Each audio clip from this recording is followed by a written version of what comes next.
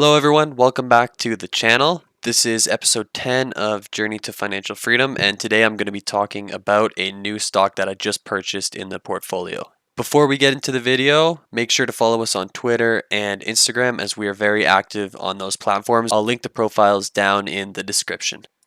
So the YouTube portfolio is sitting at $4,872, around the same range as the previous episode in this series. I would say that the portfolio has pulled back a little bit because I did add some cash, so that is accounting for the overall value. The cash was added in order to take a position in this stock that I've been eyeing for a while, but just haven't had the capital to jump into. Last week I saw that it was on a bit of a pullback, so I was able to get some and then add a second time dollar cost averaging down my position to around $7.25. Shout out to my friend over at the Investing Hut. He was actually the one who showed me this stock. He's been talking about it for a little while, but as I mentioned, I just didn't have the cash to purchase this stock. I will link his channel down in the description as well. I highly recommend you go and follow him. Nano is the stock that I purchased and the company that we'll be taking a look at in this video. They produce the Dragonfly LDM printer, which is a 3D printer capable of additive manufacturing for electronic circuitry. 3D printing of circuitry and electronic components is going to be very important as it helps optimize the manufacturing process and allows for more efficient prototyping of these parts. I know that with this stock there are a lot of terms that we may have not heard before. Personally, I didn't hear of any of these until doing my due diligence on this company, but I think this slide sums it up nicely. Pretty much the Dragonfly printer is a factory in a box, and this diagram here illustrates how the printer streamlines and simplifies a very complex process. Traditional manufacturing of these components requires many steps and is a very complex process, including drilling, layering, and even plating of the electronic components. Excluding assembly, there are over 70 steps required to make these parts. What additive manufacturing does is it prints the entire thing, so it eliminates the need for drilling and all of the other complicated steps involved with the old process. So this may be hard to picture, but if you can think of the traditional 3D printer where maybe it prints like a plastic toy or something, it is the same general idea, just with electronic circuits. The company recently acquired DeepCube, which is a deep learning software that will really allow the Dragonfly system to optimize prototyping of the parts it's printing. And again, I know that deep learning is a very complicated term. Personally, I don't understand it too well, but I think this slide really sums it up nicely. So you have all these sensors. It's reading the printer, looking at what it's printing, different optical, thermal, and pressure sensors,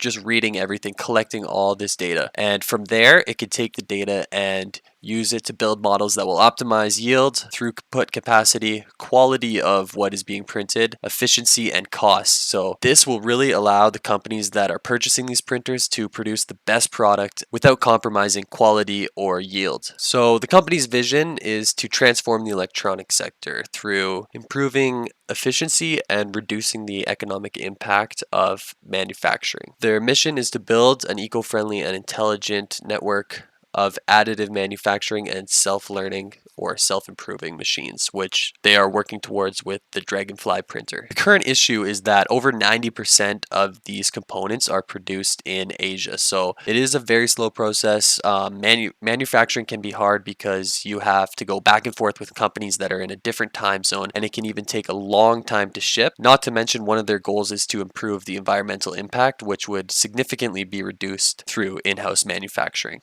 This graphic just shows how additive manufacturing is going to significantly cut down the number of weeks it takes to prototype these parts and transform that into a process that only takes a matter of days. The same thing goes for production. It'll reduce that time from months to just weeks to produce these parts. The 3D printed electronics market is set to grow significantly over the next 5 years. And here this study highlights how Nano is the market leader in PCB prototyping. A more recent study from late 2020 shows that the additive manufacturing market is expected to reach $26.6 billion by 2027 with a very high growth rate of 14.4%. This article cites that additive manufacturing has many advantages over traditional manufacturing processes, lower resource requirement, faster production cycle as we saw in Nano Dimension's investor presentation, and you don't need all the equipment required for the 70 plus steps that we saw it takes to complete the traditional manufacturing process for these parts. This is the last slide that I wanted to go over before taking a look at the company's financials. Nano Dimension's customers come from a variety of different industries. So there's research, aerospace, and defense, which we both know are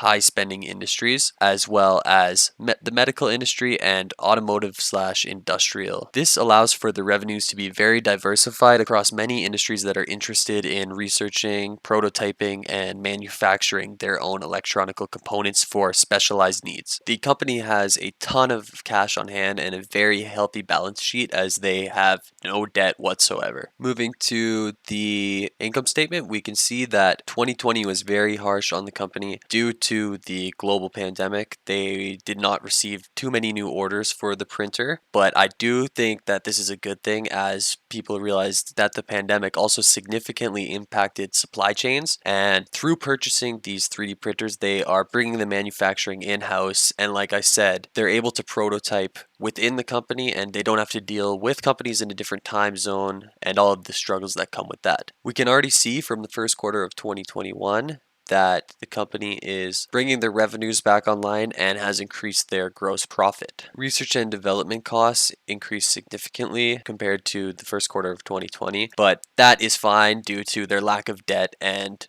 massive pile of cash that they have on hand. Financially, it is pretty obvious what we're looking for with this company. We want them to keep increasing their deliveries of these printers as well as significantly increasing the revenues because the world is starting to open up again. And as we said, if more companies want to bring their manufacturing in-house, then the first sign of that would be an increase in orders of the Dragonfly unit. News from this month, we saw that Nano Dimension has announced a joint venture agreement with Hensoldt to prototype and come up with some 3D electronic printing designs. Hensoldt is a military defense and security company with a market cap of over $1 billion. This $6 million joint venture between Hensoldt and Nano Dimension will implement and bring new technologies to market that will be useful for Hensoldt Group. I think this is a great joint venture and it opens up many doors for Nano Dimension in the future as they can partner with other companies to prototype the parts that they need, as that company may not have the knowledge of how the printer works or